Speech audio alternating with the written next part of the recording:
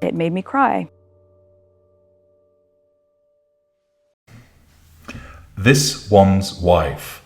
Burst tomato hunts for new husband? Hello, I'm H.G. Tudor.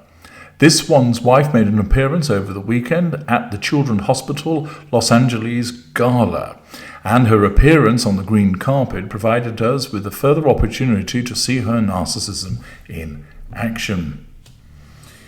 I'm going to show you another piece of footage that was taken from when she was strutting her stuff, and it enables us to undertake an examination of what's really going on, and also to understand how her behavior fits into the dynamic of narcissist with intimate partner primary source, who is thousands of miles away.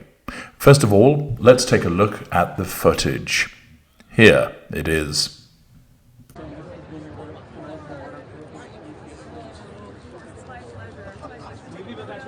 Starting here for CHLA. Thank you so much. Start with Matt, who's just next to me. Right here. Excellent. And one more time for CHLA. Thank you. And guys, right in front. There we go. Beautiful. And then Paul and Megan together. Paul and Megan. Okay. And the girl with the camera in front. Your hand. Your flash. Thank you. Okay, there's the footage. More grandstanding by this one's wife, but who's the man that she's with? Well, this gentleman is Paul S. Viviano, and he is president of the Children's Hospital in Los Angeles. A bit of information about him. He's a healthcare leader and a prominent national children's healthcare advocate. For more than 3 decades, he has led academic healthcare systems, non-profit community healthcare organizations, and for-profit healthcare services providers that have delivered excellence in clinical care, research, and medical education. He joined Children's Hospital Los Angeles in late 2015 as President and Chief Executive Officer, as well as a member of the Board of Directors and the Foundation Board of Trustees. Founded in 1901, Children's Hospital Los Angeles is the highest-ranked children's hospital in California and 8th in the nation, according to U.S. News and World Report. Prior to joining CHLA, Viviano served as the Chief Executive Officer of UC San Diego Health System and Associate Vice Chancellor of UC San Diego Health Sciences. There he oversaw the entire $1.7 billion UC San Diego healthcare enterprise, which included leading-edge medical care, training of medical students, residents, and fellows, responsibility for the faculty practice plan, and all patient care delivery. He's involved with several state and national organizations committed to protecting and preserving preventative, acute, and specialty healthcare for children. He's a Californian native and earned his bachelor degrees at the University of California, Santa Barbara, as well as a master's degree in public administration, public health at the University of California, Los Angeles. He and his wife Carol have 2 daughters and 4 grandchildren, reside in Huntington Beach, California.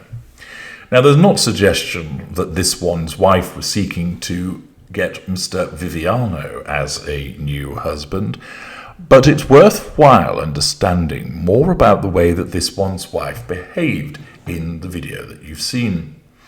We see, as usual, the customary hug that takes place. This is a man that she probably doesn't know and is only meeting for the first time, and she immediately moves in with the physical assertion of control commensurate with this somatic narcissist to hug a man who she probably doesn't know. It's intrusive and a lack of boundary recognition. And we see this as something she does repeatedly. She does this under the auspices of being a hugger, but it is intrusive. It is a lack of boundary recognition, and for her as a narcissist, it is a means of asserting control over an individual.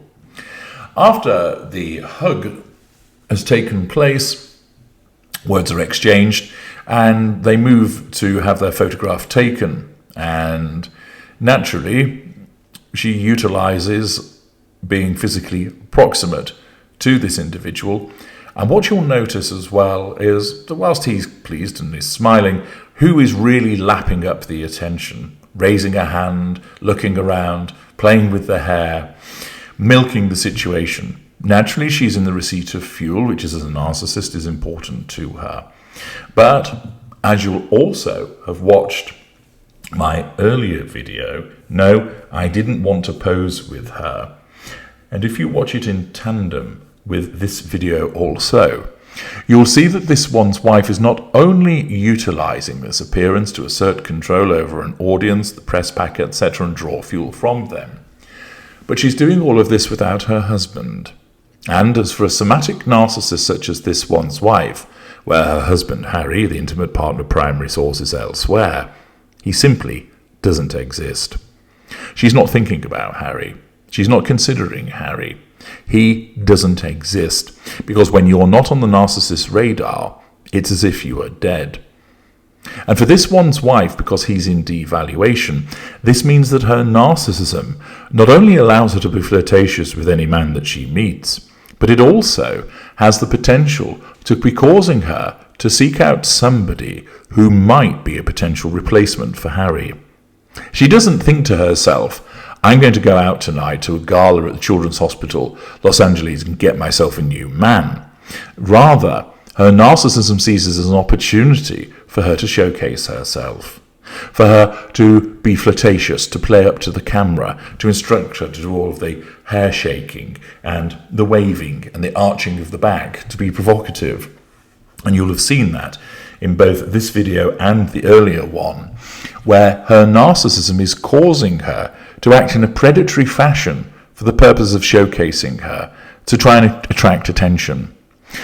Understand, she isn't thinking, I'm doing this because I'm looking for a husband, but her narcissism is doing this in order to make her seem more attractive, because Harry is in devaluation, therefore he doesn't count, and that she ultimately would require him to be replaced. Thus, the narcissism makes her behave in a flirtatious way, an overly tactile way, not only with those around her, but causes her to put on a display like a strutting peacock, like she's showing off her wares. Now remember, in her world, she believes that she's irresistible, that every man wants to knock her hip out and every woman wants to be like her. She believes that the way she looks is sexy, sensual, desirable, and her narcissism causes her to play up in this way. The waving, the arching of the back, as I've mentioned, the way that she flicks her hair, the way that she looks around, an almost sort of come and get me fellas approach. And this is what the narcissism is doing. And because the dynamic between her and Harry is one whereby he is in the sustained devaluation, her narcissism takes her to a point of showcasing her supposed talents in order to try and attract that replacement. I'm HG Tudor. Thank you for watching.